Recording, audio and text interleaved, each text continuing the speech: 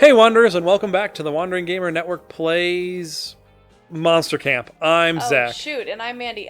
Wait, okay, fictional character. I'm not reading that. A fictional character. Princess Leia. Katniss. Okay, who would be the best companion in a life or death scenario? I think Katniss kind of wins that one. I think I think they both would, but I would agree Katniss in a, like, for Princess Leia, it's a very specific sort of I think like life or death scenario. Yeah, I think Princess Leia is very competent, but I was thinking like deathmatch, like if they're fighting each other, you know. Yeah, it really depends on the life or death scenario, but I think Katniss would be more equipped. Also, we're not hugely jerks about this, so I'm not too worried. Yeah. All right. I don't think Joy really cares about fun a ton. But I could just go to every place, you know. That's kind of my plan right now. I'll start by So I'll go to Scout HQ and work my way around the other way. Okay. That day in Monster Scouts, you teach yourself how to use the stars and trees bark to find your way when you get lost. On the internet. As a test, Coach leaves you in the middle of the internet. You easily get lost. Before you know it, you're watching the Spanish synchronized swimming team perform a routine based on Stairway to Heaven. You don't earn the orientation while in the internet badge, but you definitely gain +2 creativity from watching such a beautiful display of skill. I am very creative. You meet up with Joy to help her practice dramatic looks when suddenly your nose detects the unmistakable scent of... Dimitri. Indeed, my little, sometimes foe, and definitely not potential love interest. No, that's not what you smelled at all. It smelled much more like Coach in a bear costume. Bear attacks! Bear attacks! I'm a bear, and I'm attacking! Don't worry, I'm not actually a bear. I'm just your good old high school coach who cares a lot about bear safety. I know you're not actually a bear, Coach. Can't you see I'm busy having a climactic and steamy showdown with my sometimes foe and definitely not secret crush? Yes, begone, foolish were-tiger. What do we care for bear safety when we're in the very fate of the world hangs in the balance? But we care for bear safety. What do we care for bear safety? Oh, kids, you need this bear safety drill more than I thought. Fact, 100% of fatal bear attacks result in the death of one or more people. The statistic is tautological. Fact, 100% of bear attacks happen when at least one bear is present. Where did you get these bear facts? Facts. Bears do not pee during hibernation. That's actually a pretty interesting fact, but there aren't any real bears here. And even if there were, Dimitri is far more dangerous than a bear. Oh, really? Then explain why I, your coach who cares deeply about your well-being, am dressed in a bear costume and not a Dimitri costume. Joy is clearly not going to beat Coach with logic, and she's not going to beat Dimitri at all if you don't help. But how can you prove to Coach that Dimitri is a bigger priority? Assist Coach in creating a taxon or something that properly assesses the dangerousness of every single animal, so he can truly see that vampire lords are greater than bears. Convince Coach that Dimitri is actually a bear. That seems smart, and this is charm? Or creativity? Yeah, charm or creativity. Charm. Dimitri? A bear? No, it couldn't be. No, it totally is. I mean, if you can be a were-tiger in a bear suit, why can't Dimitri be a bear in a sexy vampire suit? You two have opened my eyes. The bears have become even craftier than I had expected. Is no one going to ask me whether I'm a bear? Because I'm not. There's no room for a bear inside this svelte? Were we planning on streaming? No. Okay. Yet chiseled package. That's exactly what a bear would say! Is it though? Because I'm 99% sure I'm not a bear. Only 99? Why not 100? Or 110? Well, a world-weary nihilist such as myself must maintain a healthy sense of skepticism at all times in order to combat the crushing uncertainty of this bleak world. Or you're a bear that has disguised it so well, it's convinced itself it's not a bear. Think about it, Dimitri. It would explain a lot. Like what? Well, for one thing, you don't go outside during the day at all in winter. Hibernate much? I'm a vampire. It's a vampire thing. And bears have sharp teeth, just like you. Again, vampire. But Dimitri, haven't you ever considered that bears are just vampires with more body hair? What? I'm not a bear. Am I? I'm not. Am I? I have to go wax my whole body. But you haven't seen the last of me, mortals. I think I gave Dimitri a different voice every time it switched to him. Dimitri vanishes in a puff of confusion. Coates pats you and Joy on your backs. Well, it looks like I was wrong. You two are really prepared to handle bear attacks. You certainly handled that one. I'll let you get back to whatever you were doing. Remember, don't look a gift bear in the mouth. In fact, don't look at any bear in the mouth. I admit that's not the tactic I would have chosen, but perhaps your unorthodox tactics will make you a welcome addition on my favorite future adventures, maybe as a guest star. A guest star spot? That spot's reserved for super hot love interests. Plus, you can shorten it to G-spot. Sweet deal. Gain +2 charm and +1 boldness. Let's do Camp Dome. That Nice day shot. You play competitive spin the bottle. What? Yup. You must kiss a camper from Camp Rival Camp. It's a long, intense kiss in which your tongues wrestle mercilessly. You apply some unexpected biting, since that's currently very high on the meta, while holding the back of their head to prevent an untimely escape. You win at kissing. Heck yeah. Goes without saying you've earned +2 charm. Good job kissing. Yeah, you link. Hey, Damien, did you see I'm really good at kissing? You link up with Damien afterwards. He told you Coach wanted him to dig a latrine and he could use a hand. There you are, Shelly. Thanks for showing up, but I think I got it figured out. I didn't know what a latrine was, but it sounds French, so I made an educated guess and buried landmines everywhere. You look at him perplexed. The French didn't invent landmines, you tell him. What? They didn't? What the fuck is the point of the French, then? Hey, stop burying these landmines on my property. You're dangerously close to exceeding the state of California's recommended landmine maximum, and I don't need that paperwork. Your land? What the fuck are you talking about? I've carved my name into every building here, and most of the campers. Sorry, kid. Not actually sorry. I'm evil, and it's just an expression. But Camp Spooky is mine now. Here's the deed. What? No, you can't buy Camp Spooky. This is the home of some of my most treasured memories. Also, all my landmines. Your memories and explosives will have to find another home, Sonny. This is shopping mall country now. That blows out our balls. Shopping malls are useless. Why build one here?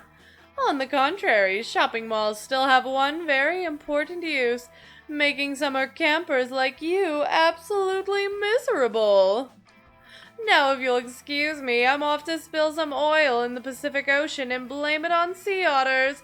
I'll be back with the bulldozers this afternoon, toodles!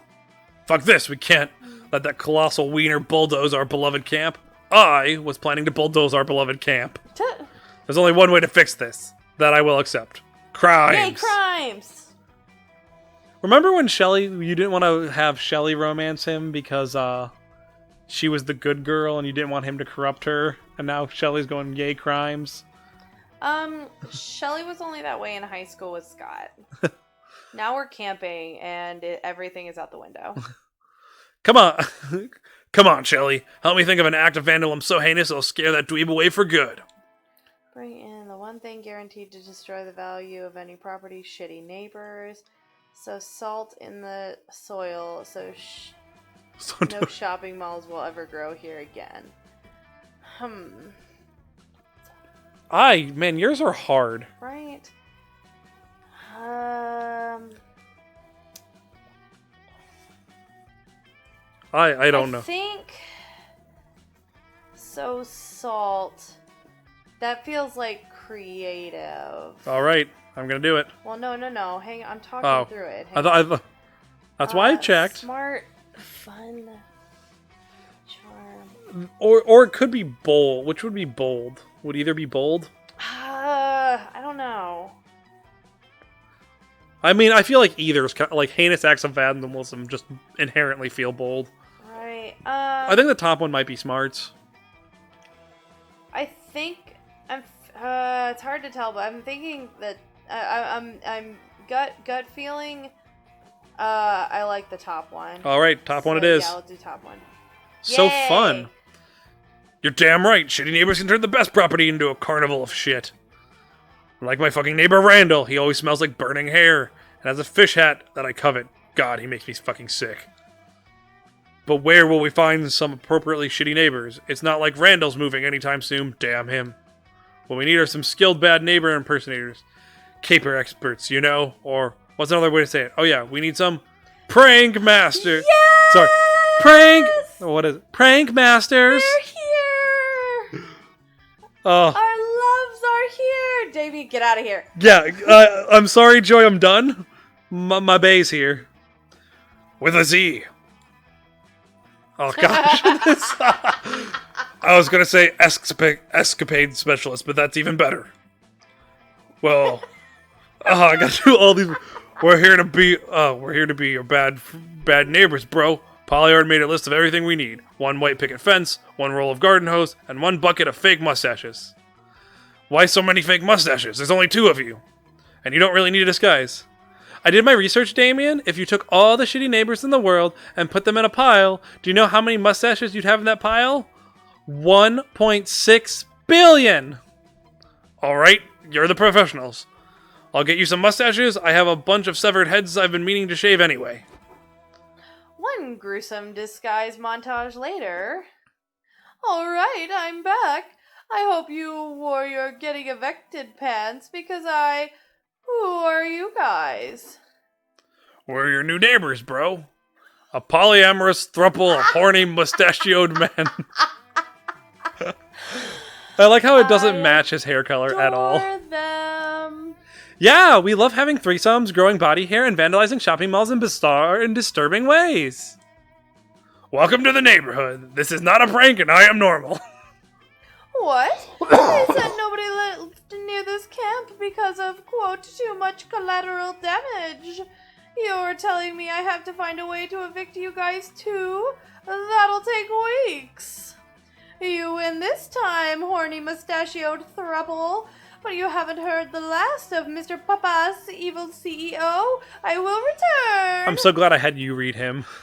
Hell yeah, we did it. Especially me. I think I'm really getting the hang of this prank thing, don't you? You all look so good with mustaches. We do.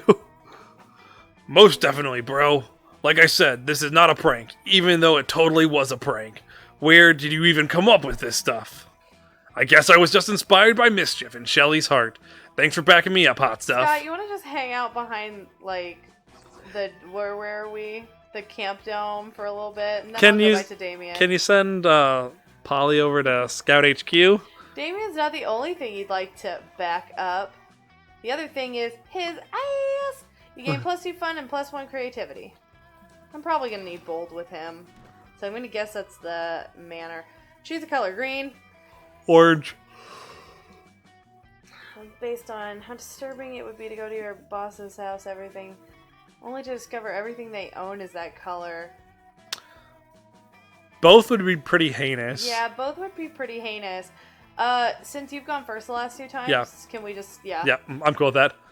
I think everything in orange would be more egregious to look at. It depends on the shade of orange. Same with green, though. Yeah, like I think there's more better like neutral greens than there are oranges, and I like orange better. Don't get me wrong, but okay. So you can go Damien, you can go Mothboy, you can do Joy and Dahlia, you can do. I think I'm gonna go with Damien just because I don't. Or you can sit alone. Yeah, I don't remember what sitting alone gets you. You gonna go with Damien? Yeah, let's go with Damien. See what happens.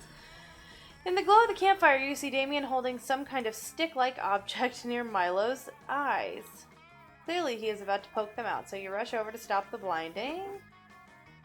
And that's how you achieve the perfect smoky eye, powdered by the smoke of an actual fire. Which is always the ideal backdrop for smoky eye, so if there's no fire readily available, feel free to start your own. Your makeup skills are impeccable, Damien. You don't need to soften, or rather unsoften, the blow of your talent by immediately going back to arson.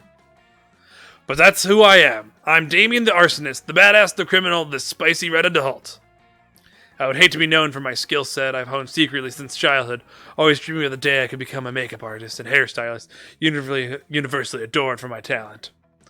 Sigh, gender is such a cage.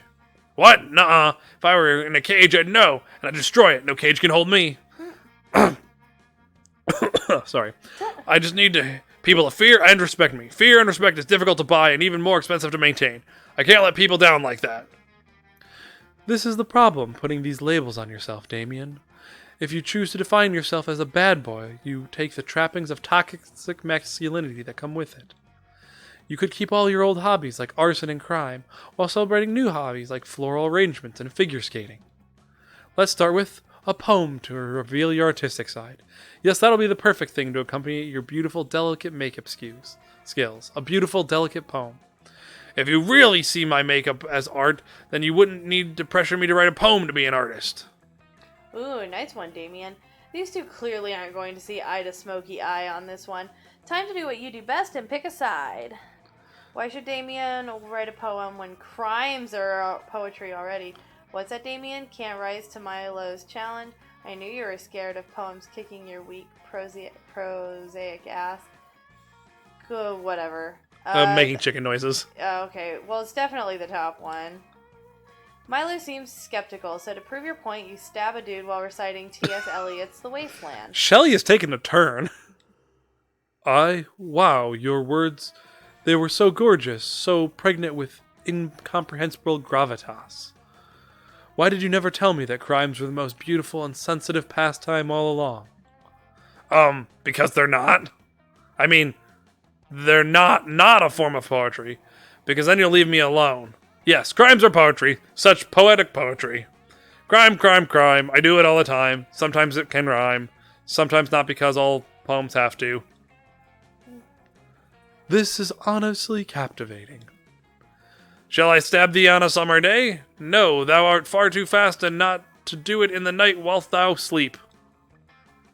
I have murdered the plums that were in the icebox, and which you were probably saving to not be murdered.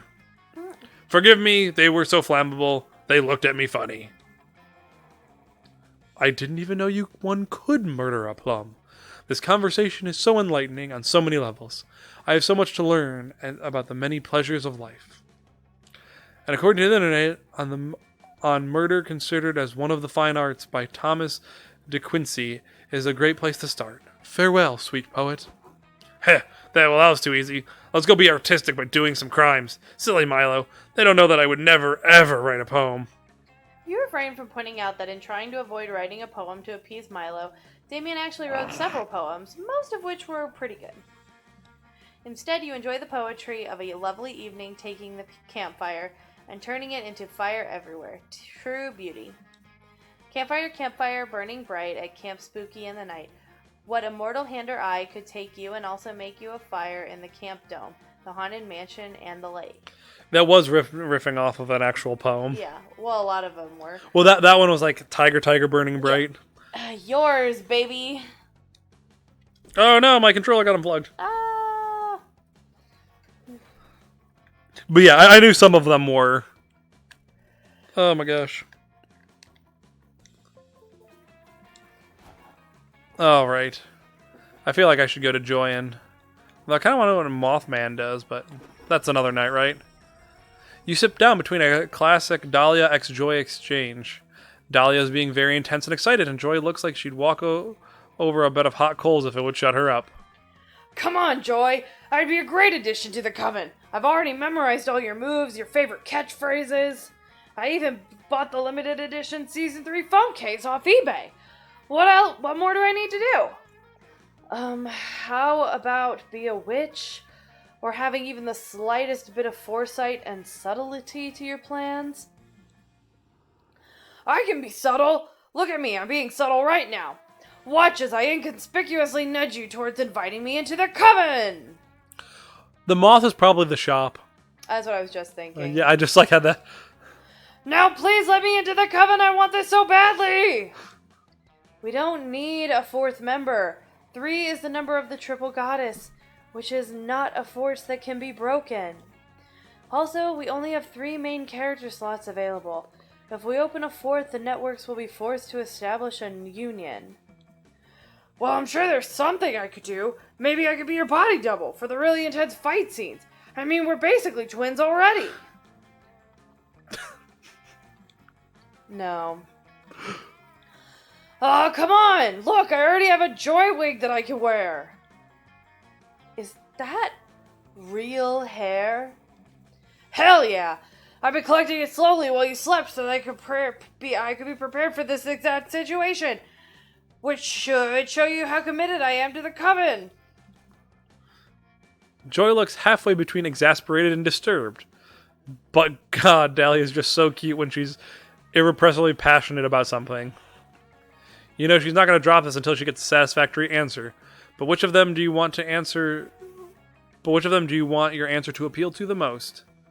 You can be the Coven's sleeper agent. So you go to sleep and we will let you know when you're needed.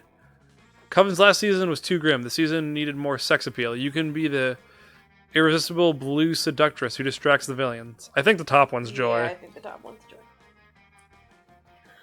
Wait, how does me sleeping help the Coven with an intense battle sequence or a tender emotional conversation that builds character relationships and raises the stakes for the overall season arc? No, trust me. Shade is so right about this. The role of the Coven sleeper agent is very serious and definitely totally essential to our cause. Oh, well in that case, count me in. I'll sleep like no man, woman, or non-binary badass has ever slept before. Yeah, cool, you do that. Okay, now let's talk strategy. Should I go silent mode or full-on snoring? Do you have any advice on the best pose to maximize results? Blankets or no blankets? Should I sleep with one foot outside of the blankets in case I get too hot? You do whatever you think is best. I trust you, as long as you can start, right away. Of course, anything for my fearless leader. I'll go back to my tent and start now. Phew. Thanks, Shade, you're a lifesaver. You know, the Coven itself may not necessarily need a new member, but I could always use someone to help me beat off rabid fangirls. But only if that interests you. Hell yeah, it does. You enjoy some amazing alone time with Joy discussing your favorite Coven episodes and the best strategies on how to keep annoying fans at bay. So romantic. We will trade places next time. So until then, everyone, keep wandering. Bye! Into love.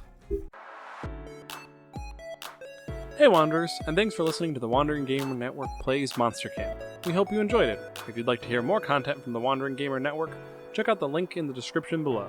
We have several actual play podcasts, including Naptown, Run in the City of Mist System, and Outlaws Wanted, our homebrew space adventure. Until next time, keep wandering.